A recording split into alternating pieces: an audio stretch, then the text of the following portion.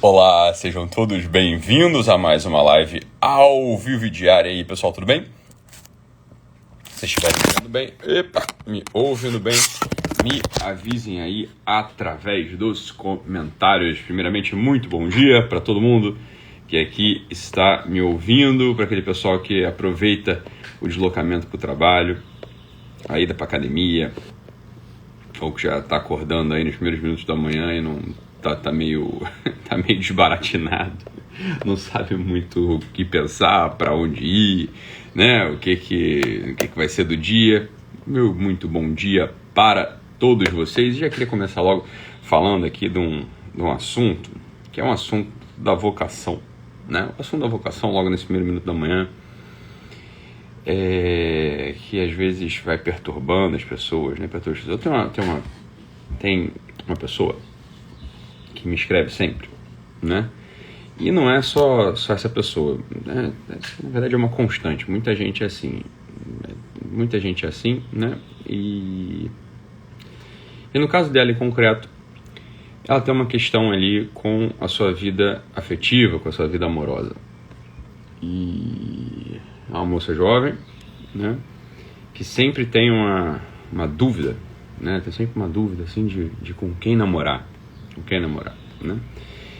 E vai me fazendo muitas perguntas ao longo, olha, já são anos assim já, né? Então vai me fazendo algumas perguntas, né? Com quem que eu deveria namorar, né? Confio no senhor, olha esse aqui, olha aquele ali, o que o senhor acha? Mas eu não tenho certeza, mas eu não sei se eu vou ser feliz ali, mas eu não sei se eu tenho vocação para casar, mas eu não sei se eu tenho vocação para fazer outra coisa da vida, né? Mas eu tenho medo, né? Um aqui eu gosto de mais, outro eu gosto de menos, um eu tenho atração, outro eu não tenho atração, um eu sinto segurança, outro eu não sinto segurança, e por aí vai. E vai nesse analisar e reanalisar, e se debruçar, e ficar pensando sobre a própria vida, ficar pensando sobre a própria história, ficar pensando sobre a própria vocação, ficar pensando sobre aquilo que é e aquilo que não é. Falei, outra coisa que é muito comum, não só nesse campo afetivo e amoroso, as pessoas não terem certeza ou terem dúvidas da sua vocação, mas sobretudo no campo profissional. Mas Ítalo, eu não sei o que eu tinha que fazer, né? Porque, por um lado, parece que eu tenho aptidão para a área de exatas, por outro lado, parece que eu tenho aptidão para a área de humanas, por um lado, parece que eu estou bem aqui nesse meu emprego público, ou que eu estou bem aqui na minha ocupação de dona de casa, mãe de família, mas eu também tenho ali, eu sinto profundamente um chamado, sei lá, para ser psicólogo, para ser psicóloga, para empreender, para ser esse emprego público, para empreender. Eu não sei o que eu faço, e aí a pessoa fica ali se perguntando, fica se debatendo com as suas questões interiores, né? E deixa eu falar para vocês uma coisa aqui, que é mais ou menos o que todas as pessoas que conquistaram algo, seja no campo afetivo, seja no campo profissional, seja no campo espiritual, religioso, bom, essas pessoas as que conquistaram de fato, né? Não aquelas que sonham em conquistar, ou aquelas que dizem por aí que conquistaram. Deixa eu falar para vocês uma coisa, e nisso meu trabalho se diferencia radicalmente do trabalho de outras pessoas que estão aqui na internet, tentando te conduzir, te orientar, pessoas muito boas, inclusive, né? Pessoas muito bem intencionadas, muito boas, mas que estão aqui tentando te conduzir, te orientar, às vezes pelo mundo financeiro, pelo mundo afetivo, pelo mundo profissional, né? Essas pessoas, algumas dessas pessoas, elas aparecem como um tipo de caricatura, um tipo de cópia mal feita e mal acabada, impossível, no final das contas, de um tipo de anjo, né? Tipo como se fosse o anjo Gabriel descendo na sua vida e falando o que você tem que fazer, né? Deixa eu te falar uma coisa, a minha vocação e a tua, ela não vai aparecer a partir da descida de um anjo, meu filho. Isso não vai acontecer, você não vai ter noção, você não vai saber, você não vai ter consciência, você não vai ter noção. Não é assim que funciona a realidade. As pessoas, elas têm um delírio louco, não os que ensinam, mas os que ensinam também, sobretudo, né? Mas sobretudo aqueles que esperam uma resposta sobre a sua vida afetiva, uma resposta sobre a sua vida profissional, uma resposta divina, como se um anjo precisasse descer do céu, arrancar uma pena da sua asa, molhar num recipiente com tinta de ouro e assinar ali um tipo de sentença vocacional. Você será feliz, meu filho, sendo advogado e se casando com a Joana. Falou assim, olha, mas que mundo você vive, sabe? Que a vida não é assim. O que você está procurando na vida? Eu sei que você está procurando na vida. Você está se colocando, no final das contas, no centro do mundo, como se você fosse, sei lá, a Virgem Maria que fosse receber a encarnação do Verbo no próprio ventre, como se toda a realidade fosse constituída a partir do seu sim a uma vocação. Eu falei, meu filho, isso já aconteceu uma vez, não vai acontecer de novo e, sobretudo, não vai acontecer com você. Francamente falando, o que escolher um namorado, o que ter um emprego XYZ tem a ver com a salvação do mundo, você está entendendo? Mas aí você acha que é assim, é a mesma aflição existencial, o mesmo peso existencial que você coloca interiormente, mentalmente nessas escolhas, é o mesmo peso, olha, como se fosse a salvação do mundo. Fala, Ítalo, mas é a salvação do meu mundo. Eu sei, é daí que vem a sensação de angústia. Profunda, esmagadora. A coisa que você tem que fazer é uma mudança de visão a partir de uma instalação na realidade chamada humildade. O seu mundo, meu filho, o seu mundo, minha filha, eles não funcionam, eles não são como esse mundo compartilhado por todos nós. O seu mundo, ele está articulado, na melhor das hipóteses, humildemente, nesses outros mundos, que são os outros eus, e nesse mundo, sobretudo, criado. A tua vocação, ela não vai aparecer a partir de um mandato angélico. O anjo Gabriel não vai te pegar e vai te dizer, olha, né, agora você vai ser advogado, agora você vai casar com o Brunão. Isso não vai acontecer. Isso não vai acontecer, e deixa eu te falar uma coisa, você sabe que não vai acontecer. Só que como você não é humilde, o teu problema é a falta de humildade. Como você não é humilde, a tua história é a história mais importante para você. Falei, mas não é assim mesmo? Que história que vai ser importante para mim, se não a minha? Mas deixa eu te falar. Tem notícia de poucos anúncios de anjos para pessoas, você tá entendendo? Que é o teu desejo, né? Ó, quando os anjos aparecem e falam para alguém, ó, você tem que fazer isso, só aparece para as pessoas que assim, não estão nem um pouco, não estão se importando com a própria história. A história pessoal dessas pessoas é desinteressante para elas. Elas estão se preocupando com a história de Deus, estão se preocupando com a história da herança que tem que reconquistar para o seu pai, da terra, dos negócios que tem que ir lá refazer para o seu pai. Essas pessoas estão se preocupando com outras coisas que não são a sua própria história, você está entendendo? Elas estão se preocupando com uma outra realidade familiar, espiritual, religiosa, afetiva dos outros, de serviço para os outros. Quando as pessoas estão se preocupando com isso é um símbolo, isso é o símbolo. Quando as pessoas estão se preocupando, quando a gente começa a se preocupar de verdade com o mundo pesado, com o mundo que importa, com o mundo que existe, com o mundo estrutural, na ordem, falou, olha, com os assuntos transcendentais, né, a minha resposta diante da transcendência para honrar aquele que me criou, para ser digno. Falou, olha, beleza, você é o primeiro. De modo mais concreto, olha, preocupe-se de fato antes de se preocupar com quem que você vai namorar, antes de se preocupar. E eu falo antes mesmo, você tá entendendo? Não é junto, é antes.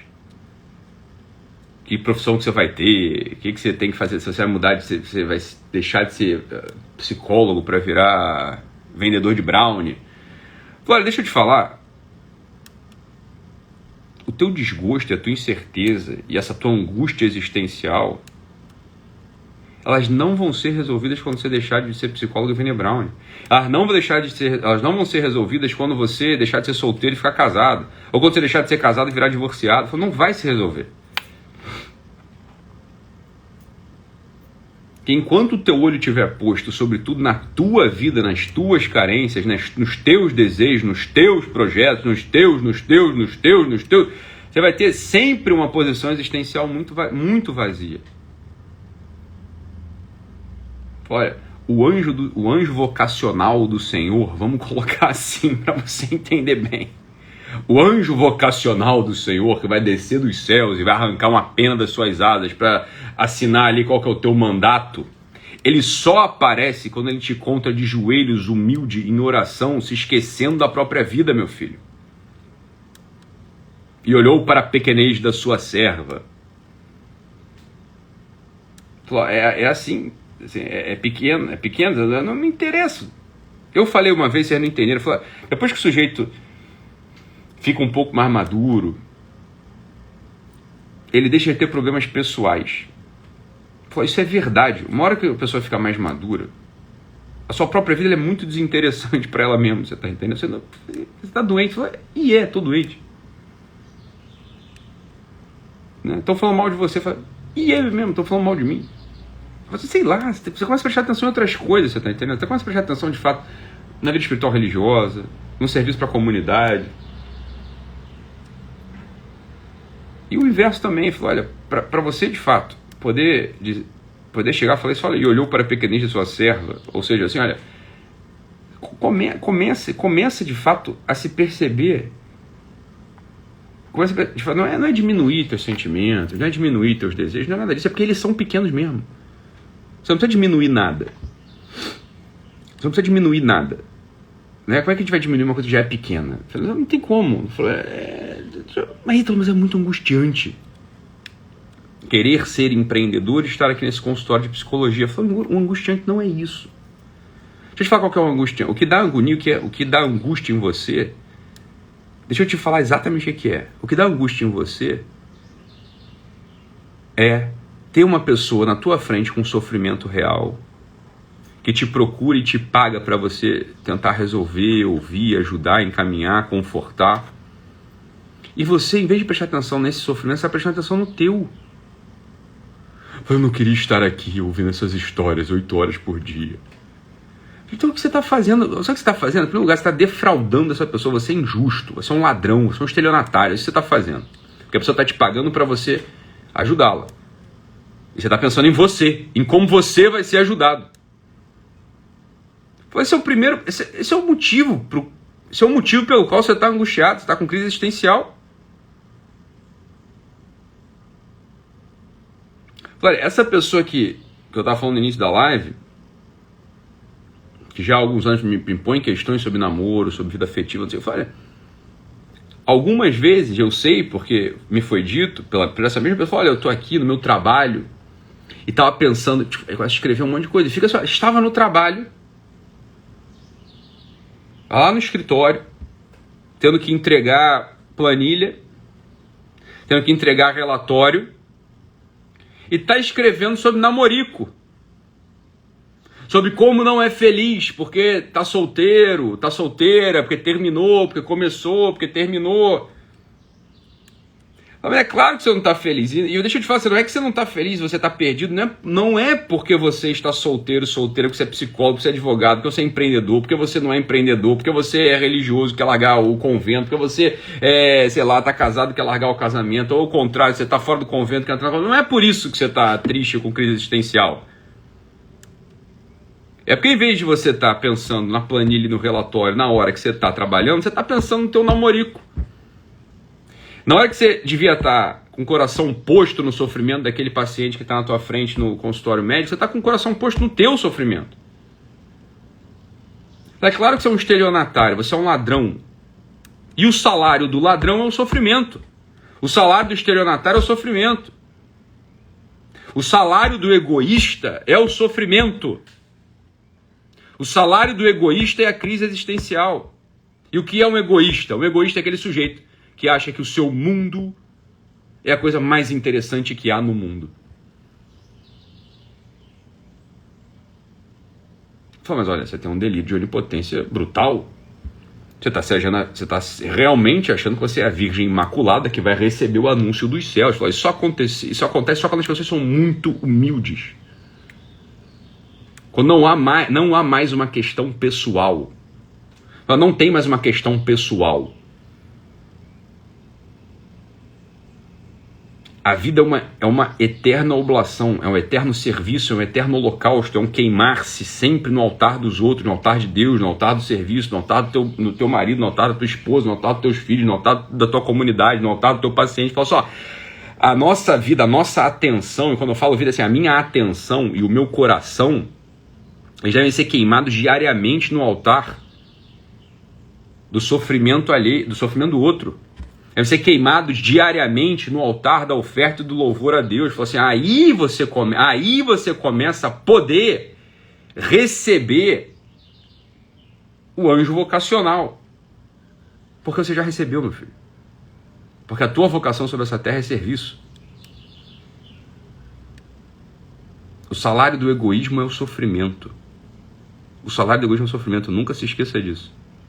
Portanto, se você está sofrendo, saiba, é egoísmo. Está faltando olhar para os outros? Diário, real. Está faltando vida de oração, vida de penitência. Está faltando jejum. Está faltando dar esmola. Está faltando rezar o Pai Nosso. Está faltando trabalhar bem, sobretudo trabalhar bem. Não empurrar para os outros as tuas obrigações. Está faltando se irritar menos com a tua mãe, com o teu pai, com o teu namorado, com a tua namorada, com o teu filho, com o teu marido, com a tua esposa. Porque se irritar-se habitual é o inchaço do próprio mundo e nada pode afetar os teus gostos, os teus desejos, os teus planos, teus. Olha, cai na real, se enxerga, leva esses assuntos para a meditação diária e se reforma hoje. O salário do egoísmo é o sofrimento. Fique com Deus, um abraço e até amanhã. Tchau, pessoal.